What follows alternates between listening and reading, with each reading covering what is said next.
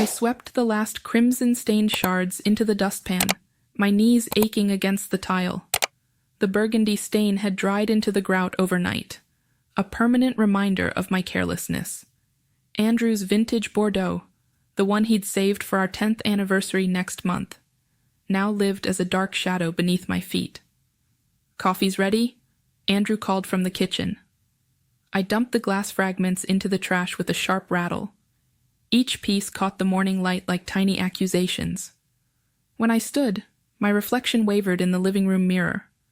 Pale, hollow-eyed, guilty. Andrew sat at the breakfast table, newspaper folded beside his mug. He didn't look up when I entered. "I called the wine shop on 5th Street, I said, pouring coffee with shaking hands. "They might have another bottle of that same vintage." "Don't worry about it." His tone held no anger, just resignation. Somehow that felt worse. "Andrew, I'm so sorry. I know how much that bottle meant to you." He finally met my eyes. "It's just wine, Lauren." But we both knew it wasn't just wine. The bottle had been a gift from his father before he passed, a celebration saved for a special moment that would never come. I sipped my coffee, tasting nothing but regret. The kitchen felt smaller with his disappointment filling the space. "I have that conference call at 9, he said, standing. "I'll be in the office all day." I nodded, watching him gather his things. He paused at the doorway. "Next time, maybe just say thank you." The front door closed with a gentle click, leaving me alone with the coffee growing cold and the weight of secrets I couldn't share. I stood at the kitchen window, watching Andrew's car disappear down Maple Street. The morning felt brittle, like walking on eggshells that might crack beneath the wrong word or gesture. My phone buzzed on the counter. A text from my sister Emma. "How's the dryer situation? Did those neighbors fix it?" I stared at the message, remembering how simple everything had seemed yesterday morning. A broken appliance, 2 helpful neighbors, gratitude that spiraled into something I couldn't take back. "All fixed," I typed back, deleting 3 longer responses that revealed too much. The doorbell chimed. I cracked the door open, keeping the chain latch engaged. "Hi," he said, smiling like nothing had happened. "I left my screwdriver yesterday. Mind if I grab it?" I remembered now. He'd set it on the coffee table while working on the dryer connections. The same table where I'd placed the bottle, where everything had gone wrong. Of course. I unlatched the chain, stepping aside. He walked straight to the main room, but instead of reaching for the screwdriver, he turned to face me. "About yesterday," he began. "Nothing happened yesterday." The words came out sharper than intended. "Lauren." His tone dropped lower. "We both know that's not true." Heat rose in my cheeks. "You need to leave. I just want to talk." "There's nothing to talk about." He stepped closer, and I caught that same cologne from yesterday. Woodsy, warm, dangerous. I can't stop thinking. "Don't." I held up my hand. "Don't say it." Seth studied my face, then picked up his screwdriver from the table. "I live 3 houses down, you know, if you ever want to talk." Once he left, I locked the door and leaned against it, my heart hammering against my ribs. Andrew came home at 7 with takeout Chinese food and a polite smile that felt like a wall. We ate in careful silence, passing cartons back and forth like strangers sharing a table. "How was your conference call?" I asked. "Fine. Long." He stabbed at his low men. "Johnson wants the quarterly reports by Friday." I nodded, searching for something else to say. We used to fill these dinners with easy conversation, work gossip, weekend plans, silly observations. Now every topic felt like walking through a minefield. Following dinner, Andrew retreated to his home office. I found him there an hour later, surrounded by spreadsheets, his reading glasses perched on his nose. "I thought I'd make some tea," I offered. "Want some?" "I'm good, thanks." I lingered in the doorway. "Andrew?" He looked up, and for a moment I almost told him everything. The kiss, the guilt, the way Seth's words had followed me through the day like shadows. "Never mind," I said instead. He pulled out his hotel keycard from their last business trip, using it as a bookmark for the tax documents he'd been reviewing. Such a small gesture, but it reminded me of all the trust. How he left his laptop unlocked, his phone face up on the counter, his whole life open to me because he'd never imagined I might betray that faith. Later, lying in bed beside him, I listened to his breathing settle into sleep. The space felt like an ocean. I wanted to reach for him, to bridge the gap with touch, but I couldn't shake the feeling that I'd already lost the right to his warmth. My phone lit up on the nightstand. A text from an unknown number. "Sweet dreams, Lauren." I deleted it immediately, but sleep didn't come for hours. Thursday morning brought rain and another text from Seth. "Coffee? I know a place." I ignored it, focusing instead on the laundry that had piled up since the dryer incident. Folding Andrew's shirts, I tried to find normalcy in the routine. Smooth the wrinkles, align the seams, stack them neatly in his drawer. The doorbell chimed at 10:30. Seth stood under my porch overhang, shaking droplets from his jacket. "Can I come in? It's pouring out here." This has to stop. What has to stop? His innocent expression didn't fool me. I'm just being neighborly.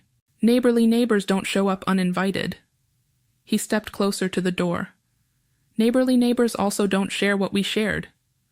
My grip tightened on the doorframe. We didn't share anything. That kiss says otherwise.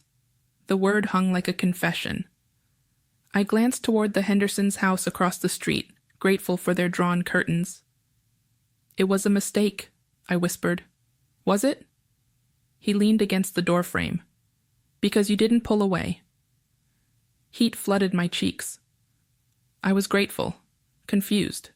It didn't mean anything. I think it meant everything. A car turned onto our street, and I stepped back instinctively. Seth noticed. "Worried what people might think?" he asked. "Or worried what Andrew might find out?" The threat was subtle but unmistakable. "What do you want?" I asked. "I want to see you again. Really see you." His gaze traveled down my body and back up. "Maybe somewhere we can talk without interruptions." I considered that precious bottle, how it had slipped from my trembling hands, how one moment of weakness had already cost so much. "I can't." "You can. You just have to decide what's more important, playing the perfect wife or being honest regarding what you want." Thunder rumbled overhead. Seth smiled and walked back into the rain, leaving me with questions I didn't want to answer. I found Andrew in the kitchen Friday evening, sorting through a stack of receipts for his expense report. He held up a crumpled paper from his wallet, dinner at Romano's from last week, when we'd tried to recapture some romance over candlelight and wine. "Remember this?" he asked.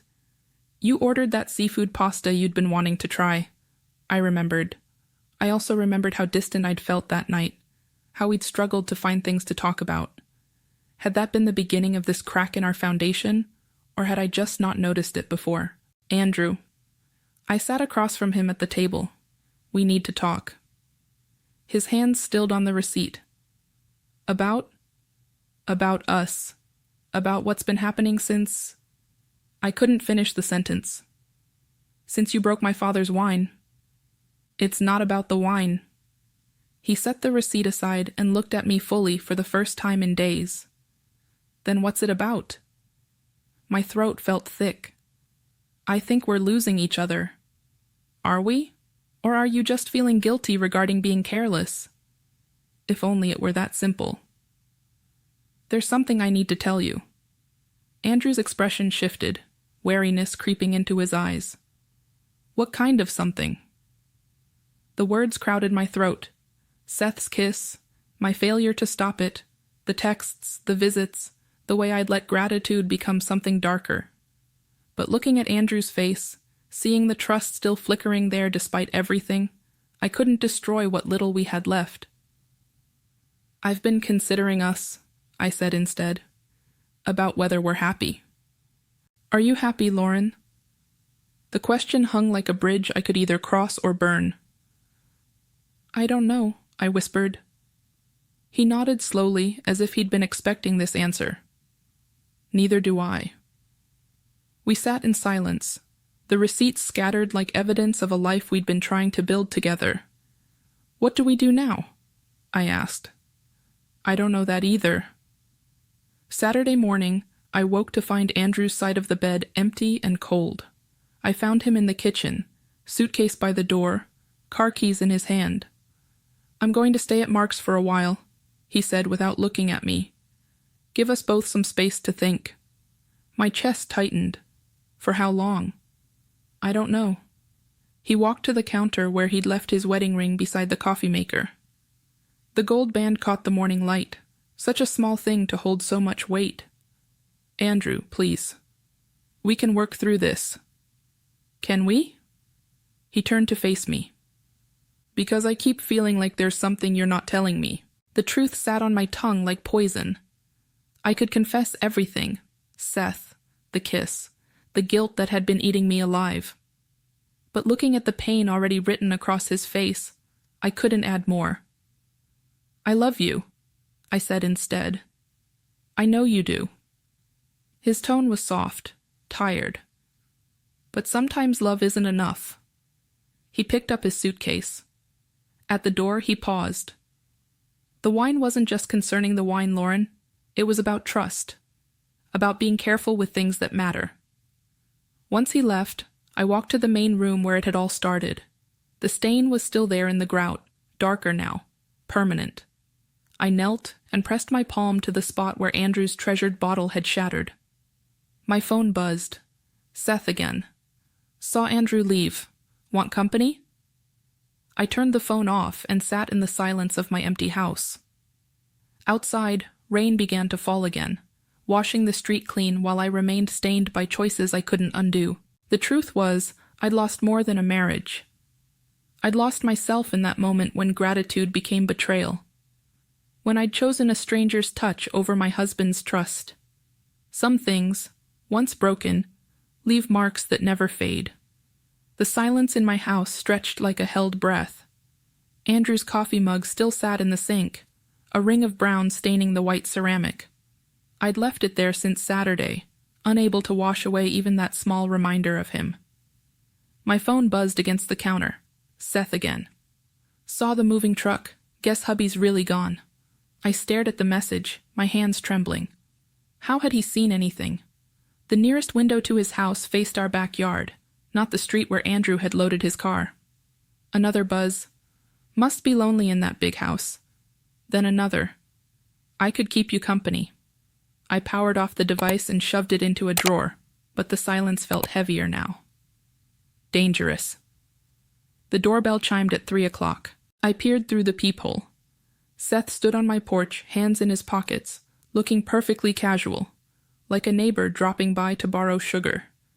I didn't answer. The bell chimed again. Then again. Lauren, I know you're in there. His tone carried through the door. Your car's in the driveway. I pressed my back against the wall, heart hammering. I just want to talk. 5 minutes. The silence stretched. Then I heard his footsteps moving around the side of the house, toward the back door. I ran to the kitchen and turned the deadbolt just as the handle rattled. Lauren. His words came through the glass. Open up. We need to discuss our situation. Our situation. As if we were partners in this mess instead of predator and prey. Go away, I called out. I'll call the police.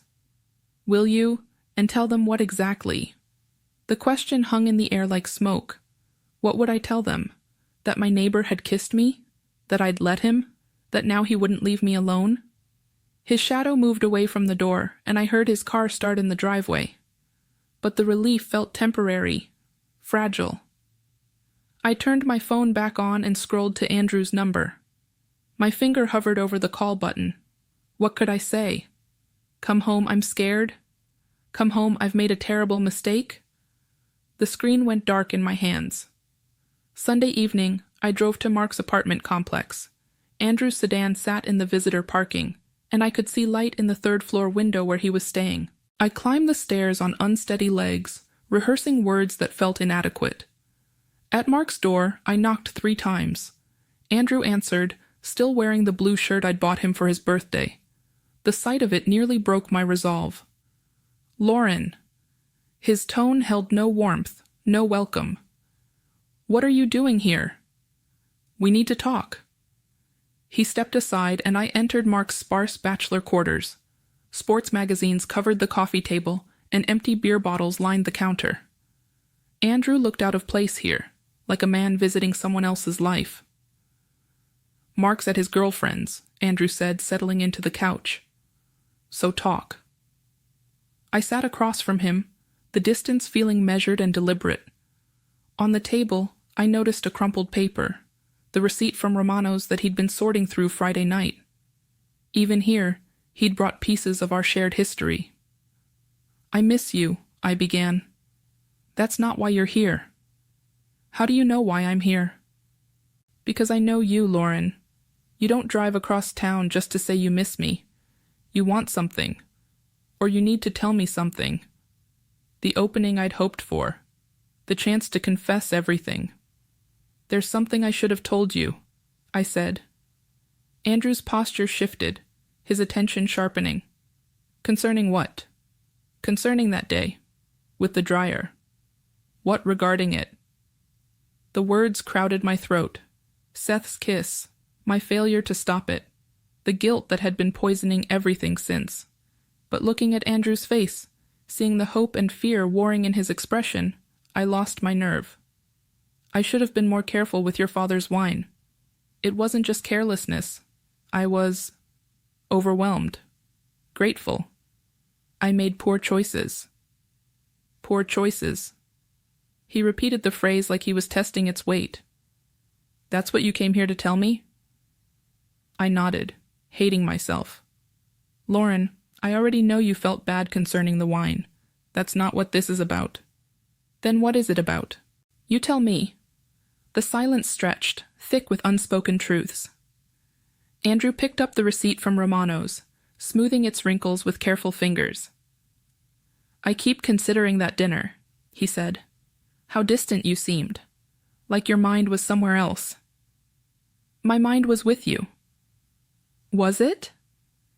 I wanted to say yes, but the word stuck in my throat. Andrew set the receipt aside and stood. "I think you should go." "Andrew, please." "I can't do this, Lauren. Not until you're ready to be honest regarding what's really happening." I drove home through empty streets, no closer to redemption than when I'd started. Monday brought texts that made my skin crawl. "How was your visit with Andrew?" Then, "Bet you didn't tell him concerning us." I stared at the messages, ice forming in my stomach. Seth had been watching, following me. The doorbell chimed before I could process the implications.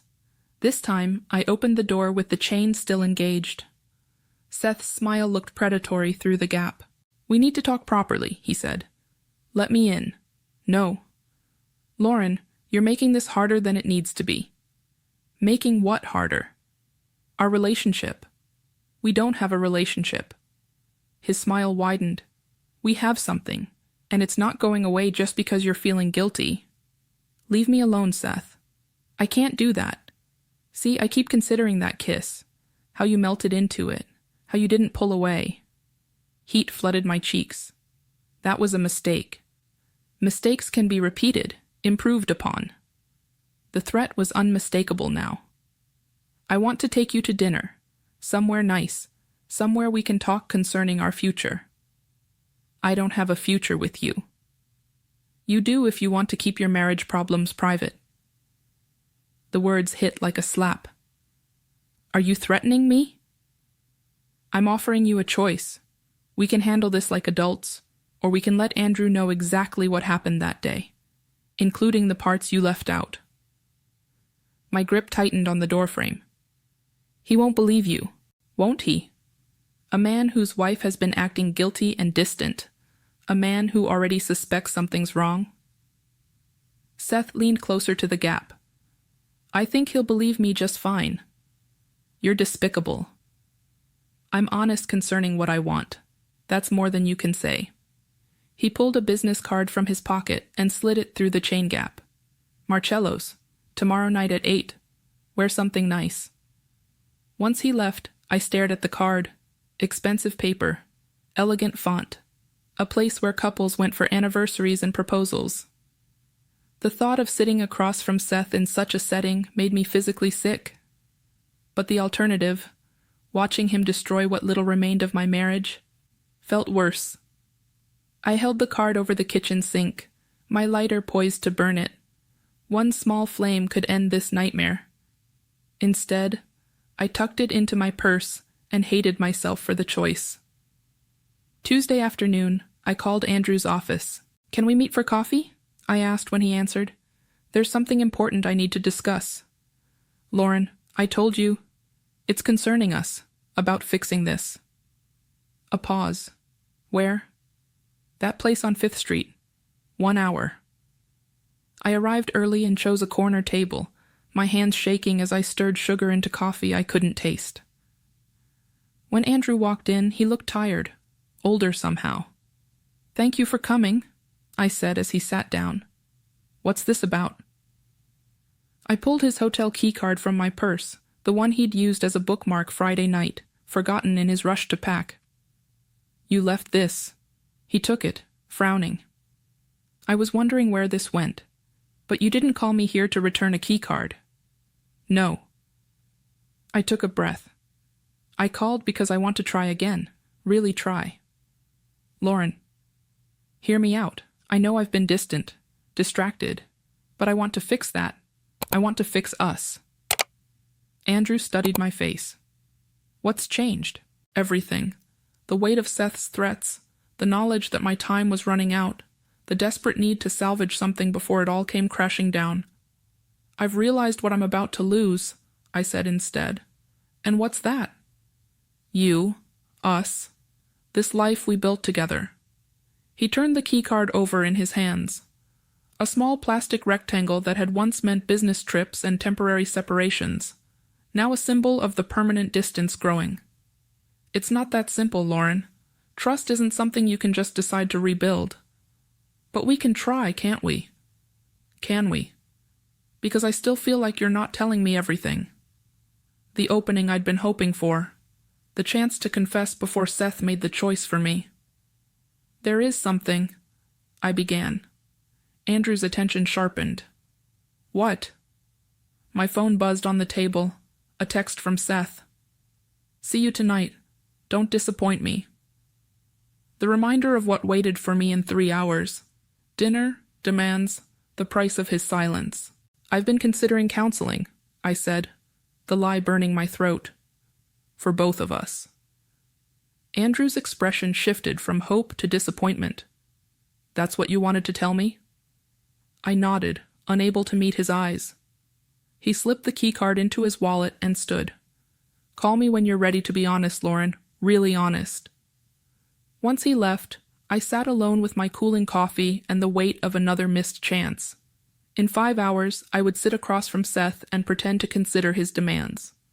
Or I could make a different choice. I pulled out my phone and scrolled to Andrew's number. My finger hovered over the call button. But Seth's threat echoed in my mind. Andrew would believe him, especially now when trust was already fractured. I put the phone away and prepared for dinner. Marcello's buzzed with conversation and clinking silverware. Couples leaned across candlelit tables, celebrating anniversaries and proposals, while I sat across from my blackmailer and pretended to read the menu. Seth had chosen a corner booth, intimate and private.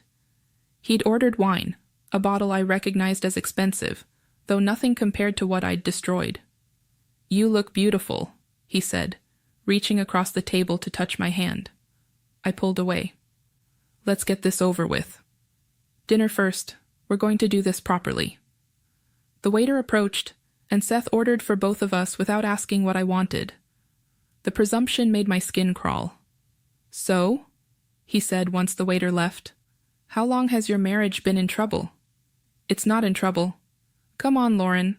Husbands don't move out over broken wine bottles." "How do you know Andrew moved out?" "I pay attention. It's a small neighborhood. The wine arrived, and Seth made a show of tasting it, nodding his approval like we were actually on a date. "You know what I think?" he continued, pouring 2 glasses. "I think you've been unhappy for a while. That kiss just gave you permission to admit it." "That kiss was a mistake." "Was it? Because you seemed pretty into it." Heat flooded my cheeks. "Stop. I keep replaying it. The way you turned toward me instead of away. The little sound you made when I touched your neck. Stop talking. The way you looked at me afterward, like you wanted more." I stood abruptly, my chair scraping against the floor. "I'm leaving." Seth's hand shot out, gripping my wrist. "Sit down." "Let go of me." "Sit. Down." His tone carried an edge that made other diners glance our way. I sat, my heart pounding. Better. He released my wrist, leaving red marks. "Now, here's what's going to happen. We're going to finish dinner like civilized adults. Then we're going to go back to your place and continue this conversation privately." "No." "Yes. Because the alternative is me paying Andrew a visit tomorrow morning, telling him exactly what his wife did while he was at work, how grateful she was, how she didn't resist when I kissed her neck, how she let my hands—" "Stop." The word came out strangled. Seth smiled. "I thought you might see reason." My phone sat on the table beside my untouched wine. One call to Andrew, one moment of courage, and this nightmare could end.